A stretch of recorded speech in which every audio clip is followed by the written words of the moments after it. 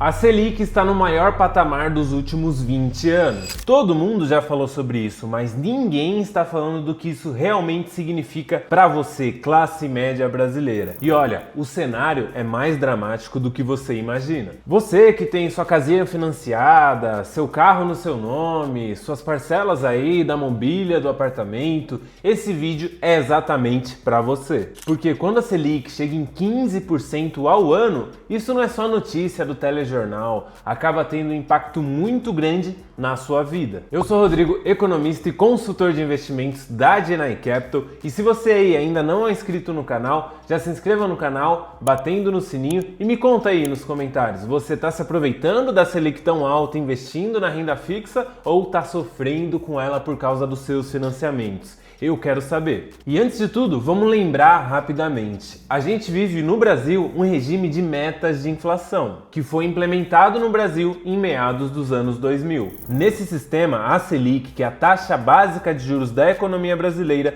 tem um objetivo específico de controlar a inflação. Ou seja, quando a inflação sobe, o Banco Central vai lá e aumenta a Selic a fim de desaquecer a economia e fazer com que a inflação volte a cair. E isso geralmente acontece em ciclos, e hoje eu vou te mostrar o que esses ciclos, quando a gente está na parte de alta, como é o momento agora, como que eles afetam a nossa vida, o seu dia a dia. Trouxe aqui para vocês então, pessoal, a evolução da taxa Selic desde janeiro de 2006 até o patamar atual. Então, como vocês estão vendo aqui, esse aqui é a fonte do Poder 360, tá? Esse gráfico aqui. Então, a gente vê que lá em janeiro de 2006 a taxa Selic estava em 17,25. Depois ela veio aqui numa tendência de queda, com alguns picos de alta, mas estava aqui numa queda bem interessante. Porém, ali no final do período Dilma, a Selic voltou a subir muito e chegou em 14,25% ao ano, que foi o maior patamar antes desse de agora que a gente registrou. E aí a gente teve, momentos difíceis aqui, o impeachment da então presidente Dilma Rousseff e a entrada do Michel Temer, na minha visão, o melhor presidente que o Brasil teve até hoje, por um motivo muito simples. Ele não tinha o objetivo de se eleger ou de se reeleger. Ele não estava nem aí para a popularidade e fez algumas reformas que eram muito necessárias e que custam a popularidade dos políticos. Durante o governo Temer, a taxa foi caindo, ficou aqui em patamares de, se eu não me engano, 6% mais ou menos. O início do governo Bolsonaro também. E aí a gente teve a pandemia, a Selic foi para 2% ao ano e desde então a gente viu uma alta aqui muito forte, muito firme, chegando em 13,75%, e já no ano passado, ali no meio do ano passado, praticamente um ano atrás, a gente esperava que a Selic ia continuar essa sua trajetória de queda. Mas tudo mudou, o governo começou a gastar muito, continuou a gastar muito, E aí a gente está agora na Selic aqui em 15% ao ano. E quem define a Selic a cada 45 dias é o Copom. E aí vocês podem se perguntar, mas quem é o Copom? Aqui nessa imagem a gente tem a figura, as imagens de quem compõe o Copom. Então, imagem também do Poder 360, e aqui a gente consegue ver, então são 9 membros, com um membro que é o presidente, o Gabriel Galípolo, esse número 2 aqui, e todos os outros também tomam a decisão de taxa de juros. Então a gente pode ver que dos 9 integrantes do Copom hoje, 2 foram indicados pelo Bolsonaro, o Diogo e o Renato, e os outros 7 foram indicados pelo Lula. Mas mesmo assim, o BC tem feito um trabalho estritamente técnico e não está sendo, até agora, tendo interferências políticas, pelo que parece. E para a gente entender como que a taxa Selic alta impacta na vida, principalmente da classe média, vamos começar aqui com o tão sonhado sonho da casa própria. Então a gente vai falar do financiamento de casas aqui. Sabe aquela prestação do seu financiamento que ficava R$ 1.200, R$ 1.300? Com a Selic em 15%, o valor da prestação acaba aumentando, porque a taxa de juros aumenta também.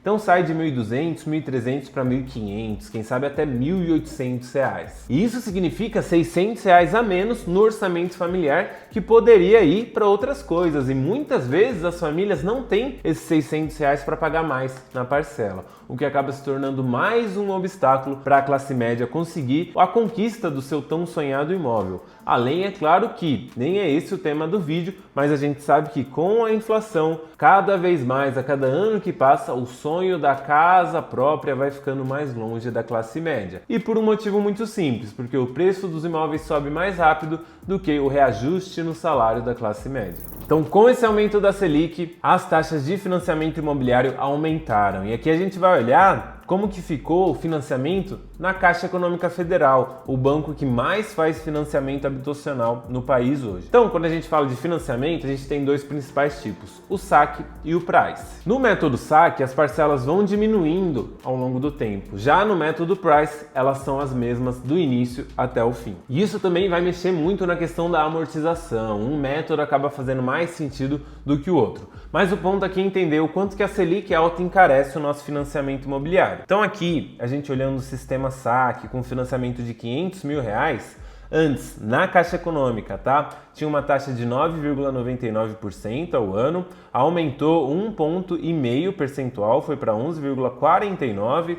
Isso representou um aumento na primeira prestação de R$ 562, na última prestação de R$ 1,60 e no custo total maior em R$ 100.782, ou seja, aqui ficou muito mais caro financiar um imóvel só por causa desse aumento de taxa de juros. E aqui a gente está falando para 30 anos, tá, pessoal? Por isso que aumentos pequenos, relativamente, fazem muita diferença no valor final. Quando a gente vai para o sistema price, que a parcela é igual do início ao fim, a gente vê aqui que teve o mesmo aumento de uma taxa saindo de 9,99 para 11,49.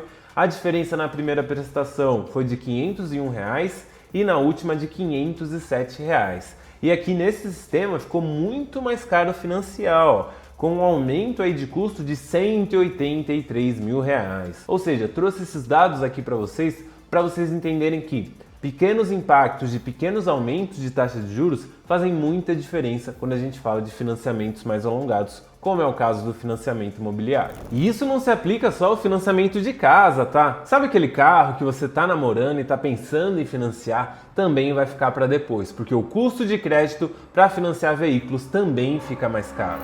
Então eu trouxe esses dados aqui para vocês da B3, exatamente da nossa bolsa, que fala sobre o mercado de financiamentos de veículos. Aqui tem algumas estatísticas interessantes. Então aqui a gente consegue ver que financiamento de veículos no total, tá, considerando carro, moto, caminhão e assim por diante, em abril de 2025 foi menor em questão de unidades do que em abril do ano passado, ou seja, houve uma redução aqui nos financiamentos, saindo de 611 mil unidades para 567 mil unidades. Aqui é claramente um efeito desse aumento de taxa de juros, então com a taxa mais cara fica mais difícil financiar, principalmente para a classe média. E aqui a gente consegue ver que a parte de veículos novos financiados foi de 211 mil unidades e 356 mil unidades são de veículos seminovos, veículos usados, ou seja, tá difícil até de financiar aquele veículo seminovo. Nessa tela aqui a gente consegue ver o juro para aquisição de veículo tanto na pessoa física quanto na pessoa jurídica. Então vamos ver aqui em percentual ao ano,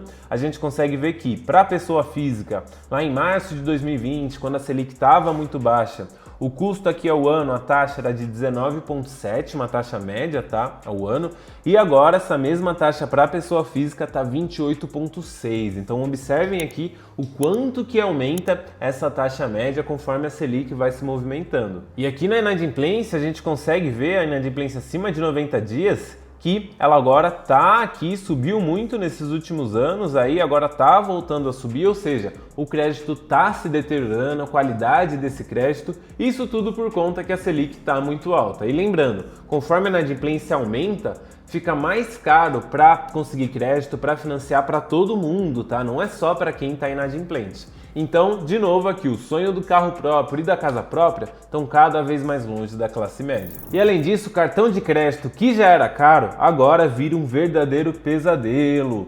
E também vai se empilhando aí as dívidas que a classe média vai somando e ficando cada vez mais sufocada. E agora vem o ponto que ninguém está falando claramente. Quando a classe média para de consumir porque está gastando mais com juros, o Brasil inteiro também fica mais lento, também para. Então sabe aqueles gastos de lazer todo final de semana, uma pizza com a família, ir ali no parque de diversões isso aí é cortado, ou seja, vai movimentar menos os restaurantes, empreendimentos também voltados ali para famílias, para o lazer. Tudo isso é cortado de um lado e diminui a remuneração de outro lado da economia, tá? Vai tudo ali para juros, sendo dragado. Roupa também, começa-se a comprar menos roupa, o varejo de vestuário começa a se desaquecer, educação e saúde, então tira o filho da escola particular, coloca numa escola pública que não tem a mesma qualidade, os serviços de educação recebendo menos dinheiro também. E como vocês já entenderam, tudo está interligado. Então, quando as famílias passam a gastar mais com juros e gastar menos com outras coisas,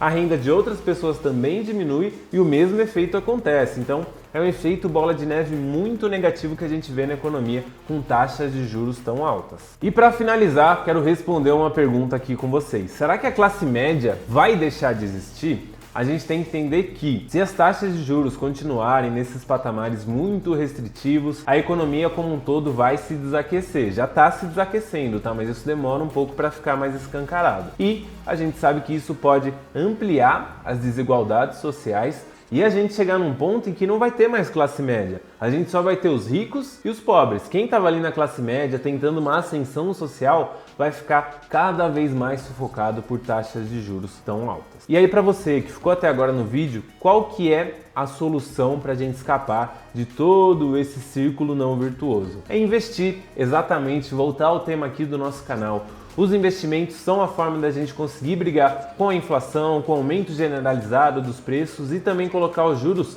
não contra nós, mas a nosso favor. E se você aí precisa de ajuda para começar a investir ou para investir melhor, se inscreva aqui no nosso WhatsApp, agende uma conversa com um dos nossos consultores da Genai Capital, que eu tenho certeza que você aí não vai se arrepender. Bom, pessoal, esse foi o vídeo de hoje, espero que vocês tenham gostado e até a próxima.